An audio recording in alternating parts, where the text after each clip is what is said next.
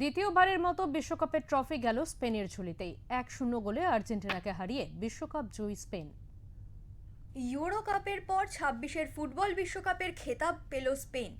আর্জেন্টিনার সমর্থকেরা তো বটেই, সারা বিশ্বের মেসির ভক্তরা বিশ্বকাপ তাদের প্রিয় মেসির হাতেই দেখতে চেয়েছিলেন। কিন্তু বিধাতা বাম, নিউ জার্সিতে মেটলাইফ স্টেডিয়ামের মাঠে ফাইনালে 106 মিনিটে করা টোরেসের একমাত্র গোলে গতবারের চ্যাম্পিয়ন আর্জেন্টিনাকে 1-0 গোলে হারিয়ে বিশ্বকাপ ট্রফি ছিনিয়ে নিল স্পেন।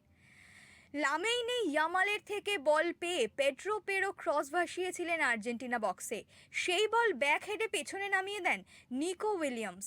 সেই আলগা বলকেই জোরালো শটে গোল পোস্টে পাঠান টোরেস। এ যেন উত্তেজনায় ঠাসা পট বয়লার সিনেমার ক্লাইম্যাক্স। 2010 সালে দক্ষিণ আফ্রিকা বিশ্বকাপের পর এটা স্পেনের দ্বিতীয় বিশ্বকাপ জয়। রবিবার রাতে নিউ জার্সির ভিভিআইপি বক্সে বসে উত্তরসূরি Yamal, Rodri, Torres, Pedri, Cucurella, Unai সিমনের হাতে বিশ্বকাপ ট্রফি দেখে উচ্ছ্বাসে গা ভাসালেন 2010-এর প্রাক্তন স্পেন ফুটবলার তারকারা। আর স্পেন ফুটবলারদের বিজয়োল্লাসের মাঝে স্বপ্নভঙ্গের বেদনা বুকে নিয়ে চোখে জল নিয়ে মাঠ ছাড়লেন সর্বকালের সেরা ফুটবলার মেসি। 2022-এ কাতার বিশ্বকাপ জেতার পর মেসির চোখে ছিল আনন্দাশ্রু, এবারেরটা বেদনার। ফুটবল সম্রাট পেলের পরপর দুবার বিশ্বকাপ জেতার রেকর্ড ছোঁয়া সম্ভব হলো না মেসির।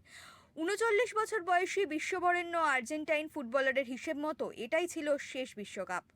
ব্যুরো রিপোর্ট, ওঙ্কার বাংলা।